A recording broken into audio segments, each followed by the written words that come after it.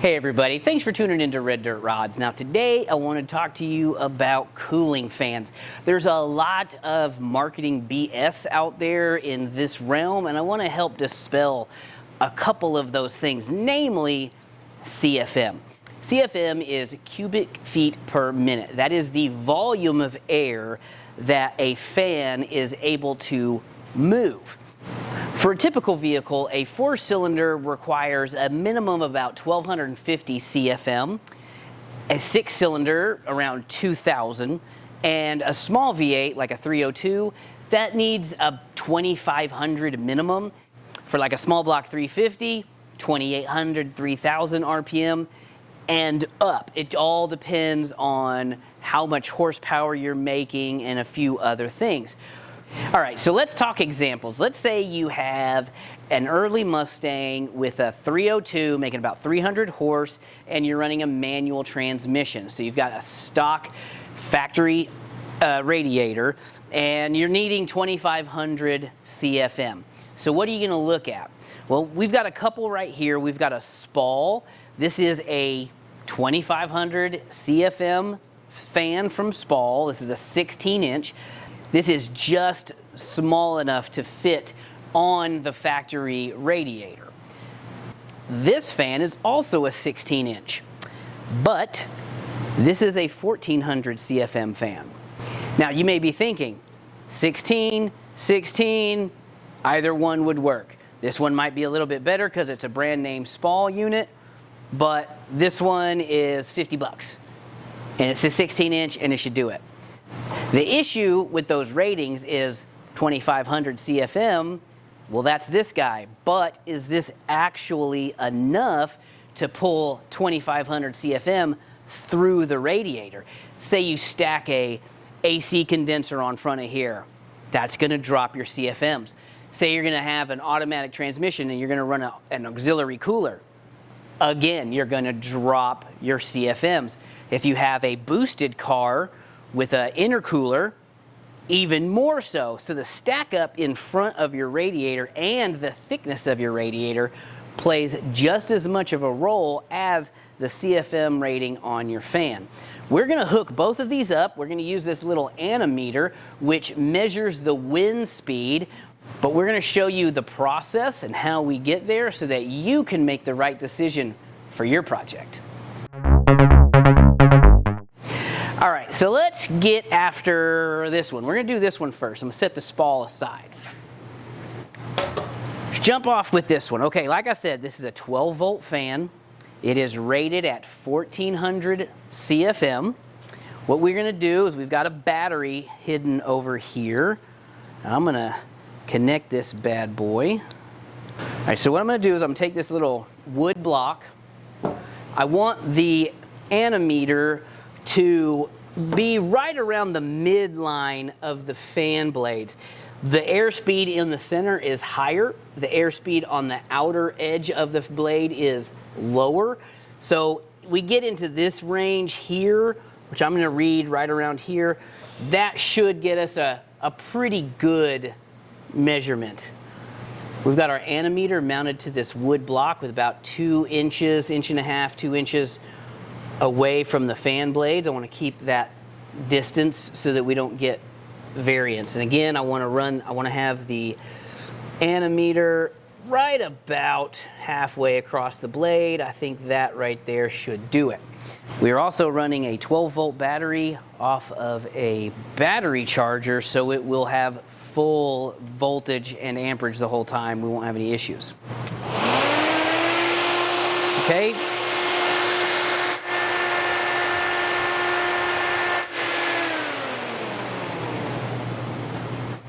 All right, so this one we got 1142, 1117. The average that we came up with in our previous test was 1122. It's right in the middle. We're going to stick with that one. I'll put the formula in the description. So then we're going to do the calculations. This is a 15.5-inch fan measured across. You cut that in half, 7.75. That's your radius. Pi r squared. Then you take that times the airspeed, which we're using 1122, The answer is 1470 CFM. So this is right there. It's supposed to be a 1450 rated, so it's a hair over. That's great, no problem. Now, let's find out when we put it in front of a radiator. For this test, I'm going to take the anemometer and I'm just going to put it directly behind the radiator. Through the radiator, this fan, through this skinny radiator, pushed 947 feet per minute through. That, according to our calculations, is 1240 CFM. This fan right here is good enough for about a 4-cylinder. Just one of these. If you had 2 of them, now you're getting into the 6-cylinder small V8. But does your radiator have room for 2 16-inch fans? So that's why you got to pay attention to your CFMs. So now let's jump on this SPAL fan. This fan has a lot more torque, so I'm really going to have to hold on to it. We're going to get this one fired up. Let's see. All right, here we go.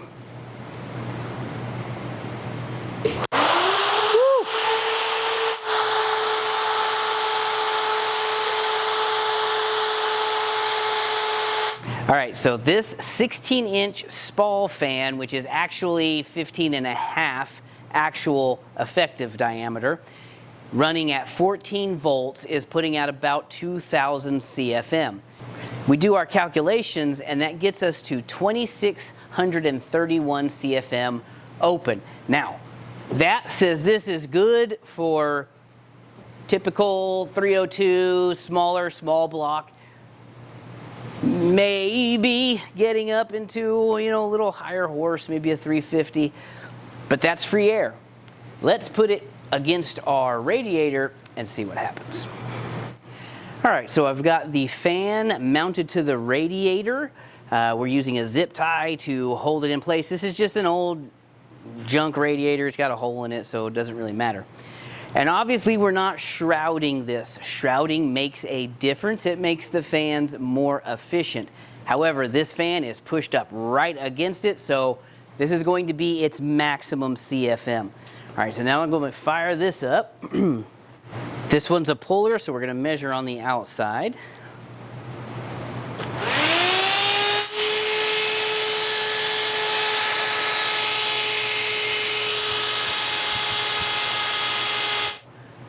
Open air, the SPAL moved 2,630 CFM.